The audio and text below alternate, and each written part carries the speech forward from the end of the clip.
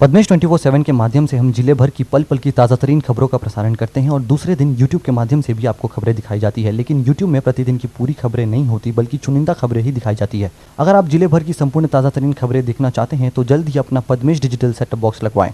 Setup box लगवाने के लिए संपर्क करें 07632240222 या फिर 8319969927।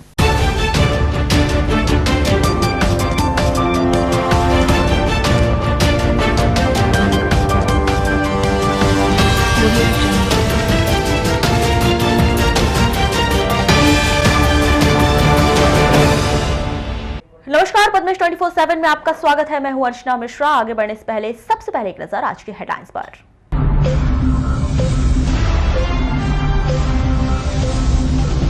30 लाख रुपए का टैक्स जमा नहीं करने वाले बीएसएनएल कार्यालय पर नगरपालिका लगाएगी ताला। जिले में पुनः कोरोना के बढ़े मरीज, एक सप्ताह में पॉजिटिव मरीजों की संख्या पहुंची 25 पर। सड़क दुर्घटना में घायल दवा व्यापारी संदीप जैन की इलाज के दौरान हुई मौत। जीएसटी की विसंगति, ऑनलाइन व्यापार का कैट ने किया विरोध, विभिन्न व्यापारी संगठनों ने दिया समर्थन। अपराध और वारदात पर अंकुश लगाने वार्ड नंबर 24 में खुली पुलिस चौकी, बनी शोपीस। और विरोध की वजह से सूत्र सेवा बस का नहीं खोल पा रहा ऑफिस, नहीं चल पा रही बस। और अब खबरें विस्तार से। तेल कंपनियों ने एक बार फिर एलपीजी सिलेंडर के दाम बढ़ा दिए हैं। इस बार सीधे 25 रुपए सिलेंडर के दाम बढ़ाए गए, जिसके बाद अब बालाघाट जिले के भीतर रसोई गैस 818 रुपए में मिलेगी। ऐसा नहीं है कि बीते 2 महीनों के दौरान यहां पहली बार गैस के दाम में बढ़ोतरी हुई है। गैस एजेंसी से मिल रही जानकारी के अनुसार बीते 2 महीनों में रसोई गैस सिलेंडर के दाम 200 रुपए तक बढ़ गए। रसोई गैस के बढ़ते दामों में से एक बार फिर महिलाएं सबसे ज्यादा परेशान दिखाई दी। पूर्व की तरह शासन से रसोई गैस के दाम नियंत्रित करने की मांग कर रही। वहीं दूसरी ओर शहर के संचालित गैस एजेंसी के कर्मचारियों ने बताया कि वरिष्ठ स्तर से मिल रहे आदेश के अनुसार अब जिले के भीतर एलपीजी का नया एलपीजी गैस सिलेंडर 818 रुपए में मिलेगा। आज जो सिलेंडर पहले 793 रुपये में आ रहा था, वही सिलेंडर आज 818 रुपये में आया। फरवरी माह में 100 रुपये का अंतर आ गया है। पहले क्या हुआ था कि 3 फरवरी को रेट बढ़ा 25 रुपये, पहले 718 रुपये था, उसके बाद 25 रुपये बढ़े 743 रुपये हुआ। 743 रुपये के बाद फिर 50 रुपये की बढ़ोतरी हुई तो 793 हो गए, और 793 रुपये के बाद फिर 25 रुपये की आज बढ़ोतरी हुई तो 818 रुपये का सिलेंडर। जनवरी माह में भी समथिंग 100 रुपये का अंतर है, जिसमें 2 माह का मिला के 200 रुपये समथिंग हो गया। ये तो भारत सरकार तय करती है इसकी कीमतों को। शहर के वार्ड नंबर 24 इंदिरा नगर का नाम सुनते ही कुछ समय के लिए आपराधिक गतिविधि का ध्यान जहन में आ जाता है। शायद इसे देखते हुए पुलिस प्रशासन के द्वारा 1 साल पहले इस स्थान पर पुलिस चौकी खोली गई, लेकिन अब वहां शोपीस बन चुकी है। कोतवाली पुलिस के अंतर्गत संचालित होने वाली पुलिस चौकी उद्घाटन के बाद से ही बंद पड़ी हुई है, जिससे वार्ड नंबर 24 के अंतर्गत होने वाले अपराध के रिकॉर्ड में कमी नहीं आ रही है। स्थानीय जन और जागरूक नागरिक पुलिस प्रशासन की इस मुहिम की तारीफ तो करते हैं, लेकिन इसे सुचारू ढंग से चलाने की मांग भी करते दिखाई दे रहे हैं। साल भर पहले खुला है लगभग, मैं तो यही स्कूल में हूँ, तो उसके बाद से तो मैंने कभी खुला देखा नहीं। 1 आध बार देखा हूँ, लेकिन यहाँ पर अक्सर घटनाएं बहुत सी होती है, तो इसका लाभ तो मुझे ऐसा लगता है मोहल्ले वाले भी ज़्यादा बेहतर बता सकते हैं कि लाभ मिला है या नहीं मिला है। मेरे खुले शुरुआत में 1 आध बार कोई पुलिस वाला बैठा दिखा यहाँ पर 1-2 दिन, उसके बाद तो ताला ही लगा हुआ है यहाँ पर। देखिए, जिस तरह के इलाके में जिस सुविधा को देने के लिए लगा हुआ है, एक्चुअली इसका पर्पज़ बहुत बड़ा और बहुत अच्छा। पुलिस की पहल का मैं स्वागत करूँगा और चाहूँगा कि इसी तरह की पहल हर राज्य, हर शहर, हर गांव में, हर कस्बे में, हर छोटे मोहल्ले में हो, लेकिन इस तरह का ना हो कि खोल के रख दिया जाए और बंद करके बंद ही रख दिया जाए।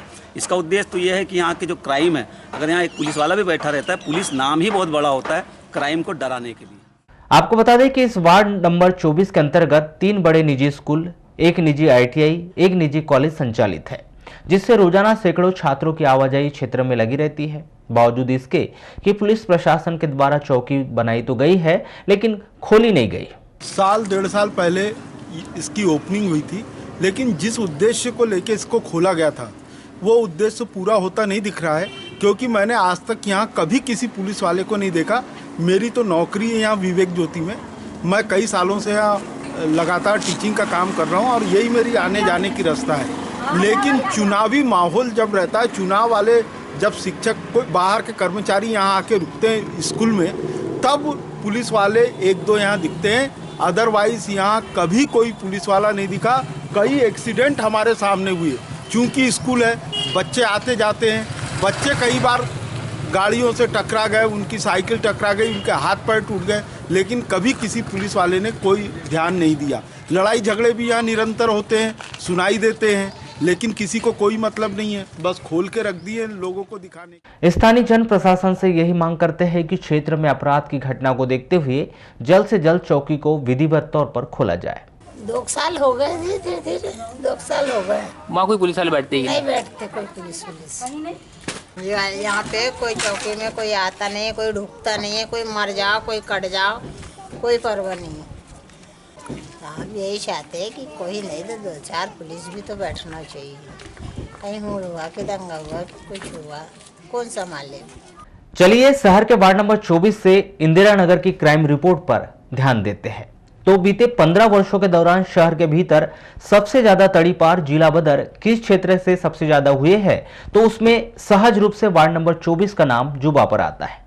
इस बात की वानगी यह है कि 2 दिन पहले ही इस वार्ड से एक दंपति को 2 किलो गांजा और अवैध शराब के साथ गिरफ्तार किया गया है। जीएसटी के उत्पीड़न करने वाले कानून के विरोध में व्यापारियों ने कैट के माध्यम से 26 फरवरी को जिला प्रशासन को पीएम एवं वित्त मंत्री के नाम ज्ञापन सौंपा है। इस दौरान विभिन्न व्यापारी संघ के पदाधिकारी उपस्थित रहे। इस दौरान उपस्थित जनों ने बताया कि बालाघाट के सभी व्यापारिक संगठनों ने संकल्पित होकर बंद का समर्थन किया है। हालांकि पूर्व में लिए गए निर्णय के अनुसार बालाघाट बंद प्रस्तावित था, लेकिन कैट के जिला महासचिव अतुल चौरड़िया का बुधवार की रात्रि करीब 10:30 बजे निधन हो जाने से बालाघाट बंद को स्थगित कर दिया गया है। जीएसटी एवं ऑनलाइन कारोबार की वजह से खासकर कारोबारियों को मानसिक आर्थिक परेशानियों का सामना करना पड़ रहा है। व्यापारियों के अनुसार ऑनलाइन बाजार से शहर में हर किस्म के व्यापार प्रभावित हो रहे हैं। जीएसटी व्यापारियों के लिए सिरदर्द बन गया है। कारोबारियों ने कहा कि आदमी व्यापार करे कि टैक्स ही भरता रहे। साल भर में व्यापारियों को अलग अलग तरह के 26 बार रिटर्न भरने पड़ रहे हैं। इतना ही नहीं, जीएसटी की कोई लिमिट तय नहीं है। यहाँ 6 से 28% तक लगाया जा रहा है। ऑनलाइन व्यापार के माध्यम से विदेशी व्यापार को बढ़ावा मिल रहा है, जबकि देश के व्यापार को मजबूत किया जाना चाहिए। कैट संस्था के माध्यम से आज जिला प्रशासन को भारत सरकार के लिए ज्ञापन दिया गया है। जीएसटी की विसंगतियों को दूर हो, इसके लिए लगातार प्रयास भी किए जा रहे हैं, परंतु व्यापारी अभी भी सहजता से अपना व्यापार नहीं कर पा रहा है। इसलिए Balaghat chamber of commerce industry ये सभी मांगों का समर्थन भी करता है। आगे जैसी भी लड़ाई होगी, Balaghat chamber of commerce industry आपके साथ में रहेगी। जीएसटी की जो विसंगतियाँ उसकी दूर करने की बात है, जीएसटी वापस लेने की बात नहीं है। इसमें सरकार का विरोध नहीं, उसमें जो विसंगतियाँ हैं, कर प्रणाली जो है उसमें क्या हो रहा है, लिखा पढ़ी इतनी ज़्यादा हो रही है कि व्यापारी क्या लिखा पढ़ी करते रहे कि अपना व्यापार करें। क्योंकि छोटे छोटे व्यापारी है, वो अगर मुनीम रखेंगे, अकाउंटेंट रखेंगे 10-10 हज़ार का, तो वो उसके भार भी नहीं उठा पाएंगे। इसलिए सरकार से भी अनुरोध है, हमारे जनप्रतिनिधि अनुरोध है कि इस विसंगति को दूर करके व्यापार को सहज बनाए। सरकार के रेवेन्यू पे कोई असर नहीं आने वाला, इसका सरकार की रेवेन्यू बढ़ने वाली है इससे। इस प्रकार की विसंगतियां पहले भी ज़्यादा थी, उसमें कई सुधार भी हुए हैं, आगे भी सुधार की संभावना है। जीएसटी आई है तब से व्यापारी इतना परेशान हो गया है। जीएसटी में जो विसंगतियां हैं उनसे इतना प्रताड़ित है और उसी के कारण पूरा रोष व्याप्त है। पिछले 2.5 साल से व्यापारी सिर्फ रिपोर्टिंग बनाने में लगा हुआ है, अपना व्यापार छोड़कर कि व्यापार खरीद में अपनी रिपोर्टिंग बनाए। जब जीएसटी आया था उसमें 180 धाराएँ थी और इन 180 धाराओं में 950 से ज़्यादा बार संशोधन हो चुके हैं। पर इसमें सबसे बड़ी विसंगति ये है कि जैसे व्यापारी को रिटर्न भर देता है, विवरणी अपनी दे देता है, उसमें अगर कोई गलती हो जाती है तो उसको सुधारने का कोई विकल्प नहीं रखा गया। इसके अलावा पोर्टल कई बार नहीं चलता है, पोर्टल रिटर्न भरने में देरी होती है। हालांकि चल तो पोर्टल तकनीक खराबी के कारण हो रहा है, मगर उसके बाद भी व्यापारी को उसकी पेनाल्टियाँ देनी पड़ती है। व्यापारियों में इसके कारण भी और भी बहुत सारी जो विसंगतियां हैं उसका विस्तार पूर्वक हमने अपने ज्ञापन में उल्लेख किया हुआ है। और वो आज का जो ये विरोध प्रदर्शन है, ये जीएसटी में कर प्रणाली के विरोध में जो ज्ञापन जो हम यहाँ पर देने के लिए आए हैं, श्री नरेंद्र मोदी जी के नाम से, वित्त मंत्री श्री निर्मला सीतारमण जी के नाम से, स्थानीय प्रशासन दीपक आर्य जी को भी हमने जिला कलेक्टर को ज्ञापन दिया है। सभी व्यापारी संगठित होकर के और संकल्पित होकर के विरोध कर रहे हैं इस बात का। जीएसटी में जो कर प्रणाली है वो उसमें बड़ी विसंगतियाँ हैं। भविष्य में आने वाले में जो अमेंडमेंट हो रहे हैं वो भी बहुत खतरनाक है, जो व्यापारी को जेल तक पहुंचा सकते हैं। बालाघाट में सभी व्यापारी एकत्रित होकर के संकल्पित होकर के उन्होंने बंद का आह्वान किए थे। चूँकि हमारे बालाघाट के महासचिव श्री अतुल जैन जी का आकस्मिक निधन हो गया, इसके चलते हम लोगों ने इस कार्यक्रम को स्थगित किया। आने वाले समय के लिए यदि शीर्ष नेतृत्व हमको ऐसी कोई देता है तो हम भविष्य में बंद फिर पुनः कर सकते हैं। सरकार हमारी कोई बात नहीं सुनती। सरकार नई दिल्ली के द्वारा को संबोधित है और विषय है जीएसटी कराधान प्रणाली की वर्तमान निराशाजनक स्थिति के बारे में आप लोगों के द्वारा विज्ञापन प्राप्त हुआ है। चूँकि भारत सरकार से संबंधित है तो इसको जिला प्रशासन के मैं की ओर से मैं ज्ञापन आप लोगों का ज्ञापन मैं शासन को भेजूंगा। जिला स्व सहायता समूह संगठन के द्वारा 26 फरवरी से एक बार फिर धरना प्रदर्शन किए जाने की योजना बनाई गई थी, लेकिन कोविड-19 की वजह से जिला प्रशासन के द्वारा धारा 144 लागू कर दी गई है, जिसको देखकर उनके द्वारा धरना प्रदर्शन रद्द कर दिया गया है। मुख्य चिकित्सा एवं स्वास्थ्य अधिकारी डॉक्टर मनोज पांडे से प्राप्त जानकारी के अनुसार 25 फरवरी 2021 को बालाघाट जिले के 4 मरीजों के सैंपल कोरोना पॉजिटिव पाए गए हैं। इस प्रकार 25 फरवरी की स्थिति में बालाघाट जिले में कोरोना के 24 एक्टिव मरीज हैं और उन्हें होम आइसोलेशन में रखकर उनका उपचार किया जा रहा है। जिले में 25 फरवरी 2021 तक कुल 3,212 मरीज कोरोना पॉजिटिव पाए गए हैं। इसमें से 14 मरीजों की मृत्यु हो गई है और 3,174 मरीज ठीक हो चुके हैं। कोरोना जांच के लिए बालाघाट जिले से 82,208 सैंपल लिए जा चुके हैं। सड़क दुर्घटना में गंभीर रूप से घायल दवा विक्रेता संदीप जैन 56 वर्ष निवासी वार्ड नंबर 21 कृष्णा डेरी गली बालाघाट निवासी की नगर के एक निजी अस्पताल में उपचार के दौरान मौत हो गई। संदीप जैन 15 दिन पहले वारासिवनी रोड पर सड़क दुर्घटना में गंभीर रूप से घायल हो गए थे। जानकारी के अनुसार संदीप जैन थोक दवा विक्रेता थे। 7 फरवरी की रात्रि 8:30 बजे करीब संदीप जैन मोटरसाइकिल में वारासिवनी अपने किसी रिश्तेदार के घर जन्मदिन के कार्यक्रम में शामिल होने आ रहे थे। तभी वारासिवनी रोड बनिया टोला के आगे काली मंदिर के पास किसी अज्ञात वाहन ने संदीप जैन की मोटरसाइकिल को ठोकर मार दी थी, जिससे वे गंभीर रूप से घायल हो गए थे। गंभीर रूप से घायल संदीप जैन को वारासिवनी के शासकीय अस्पताल में भर्ती किया गया। गंभीर रूप से घायल संदीप जैन को वारासिवनी के शासकीय अस्पताल में भर्ती किया गया था, जहां से उन्हें प्राथमिक उपचार के बाद जिला अस्पताल बालाघाट रेफर किया गया था। संदीप जैन का इलाज नगर के एक निजी हॉस्पिटल में किया जा रहा था। उपचार के दौरान 26 फरवरी को 11 बजे करीब उनकी मौत हो गई। नगरपालिका परिषद बालाघाट मकान टैक्स की वसूली के लिए चाहे जितने अभियान चला ले, लेकिन सब के सब कुछ दिन बाद ठंडे बस्ते में चले जाते हैं। नतीजा, निजी व्यक्ति से लेकर शासकीय विभागों द्वारा बरसों बरस टैक्स जमा नहीं किया जाता। इसी कड़ी में नगरपालिका परिषद द्वारा लंबे समय से टैक्स का भुगतान नहीं करने वाले शासकीय भवनों पर तालाबंदी की कार्यवाही शुरू की जा रही है, जिसमें सबसे पहला नंबर 30 लाख रुपए टैक्स जमा नहीं करने वाले शहर के BSNL कार्यालय का है। बता दें कि जलकर, गृहकर सहित अन्य बकाया टैक्स पर आम लोगों को बात बात में नोटिस थमाने वाली नगरपालिका सरकारी विभागों के आगे घुटने टेक रही है। बात अगर बालाघाट नगर की करें तो नगर में कलेक्टर कार्यालय, जेल, नगरपालिका, जिला पंचायत, जनपद पंचायत, BSNL, थाना सहकारी बैंक सहित केंद्र व राज्य सरकार के अधीनस्थ आने वाले किसी भी सरकारी भवन से आज तक नगरपालिका 1 रुपया तक भी टैक्स नहीं वसूल पाई है। जैसा कि अवगत है कि सभी शासकीय विभाग जितने भी सरकारी बिल्डिंगें हैं पूरे नगरपालिका क्षेत्र में, तो सभी पर संपत्ति कर का 70% सेवा प्रभार के रूप में लिया जाता है।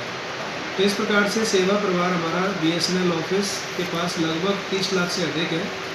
तो हम कई बार पत्राचार कर चुके हैं, हमारे RI साहब भी वहाँ पर जाकर मिल चुके हैं, लेकिन उनके द्वारा इस पर कोई गंभीर रिस्पॉन्स नहीं दिया गया है। तो इसीलिए हमें मजबूर होकर BSNL ऑफिस में ताला लगाने की कार्रवाई भी करनी पड़ सकती है। कान्हा परिक्षेत्र स्थित बारासिंघा बाड़े से बारासिंघा को सफलतापूर्वक कैप्चर किए जाकर सतपुड़ा टाइगर रिजर्व की ओर रवाना किया गया। राज्य पशु बारासिंघा के सतपुड़ा टाइगर रिजर्व में ट्रांसलोकेशन के लिए भारत सरकार एवं मध्य प्रदेश शासन द्वारा अनुमति दी गई थी। 24 फरवरी को समस्त अधिकारियों एवं कर्मचारियों और विशेषज्ञों द्वारा बारासिंघा कैप्चर हेतु विशेष रूप से निर्मित बोमा का निरीक्षण किया गया और वारासिवनी कैप्चर की रणनीति तैयार की गई।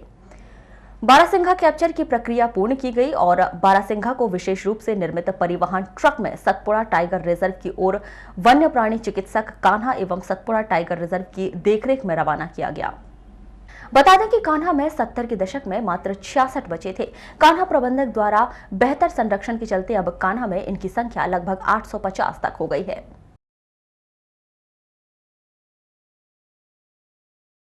वारासिवनी थाना अंतर्गत ग्राम पंचायत कोस्ते निवासी 25 वर्षीय नवविवाहिता ज्योति गौतम की शुक्रवार को अचानक तबीयत खराब हुई।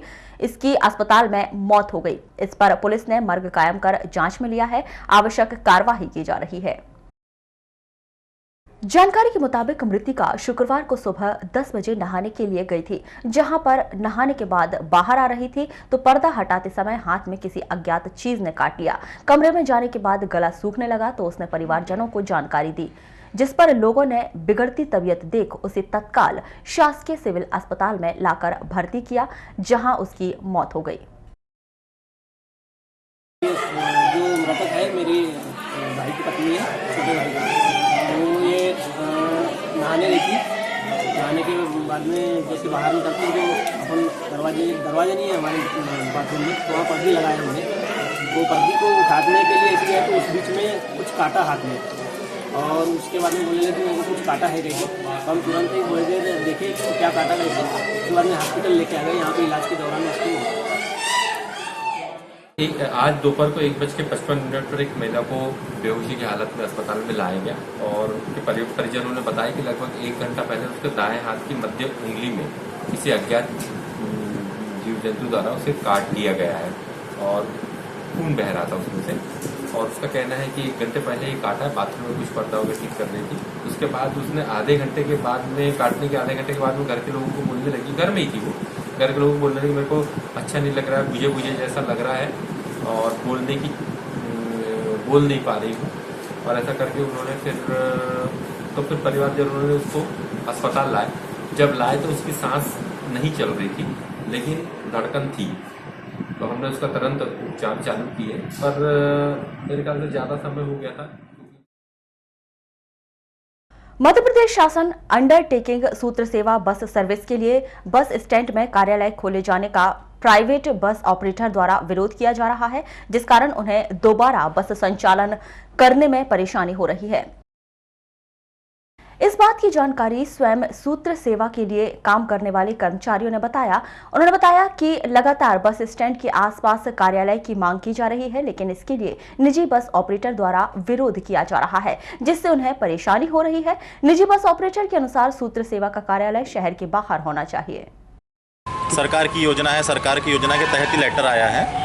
सारा चीज़ें सरकार की गवर्नमेंट की अंडरटेकिंग ही है, और जो चार्टेड है, जो सूत्र सेवा है, अपना गवर्नमेंट अंडरटेकिंग बस हैं। ये ऑब्जेक्शन उठा रहे हैं कि यहाँ पर ऑफिस ना दिया जाए, इनको शहर के बाहर ही दिया जाए, इस तरह का ऑब्जेक्शन उठा रहे हैं यहाँ पर।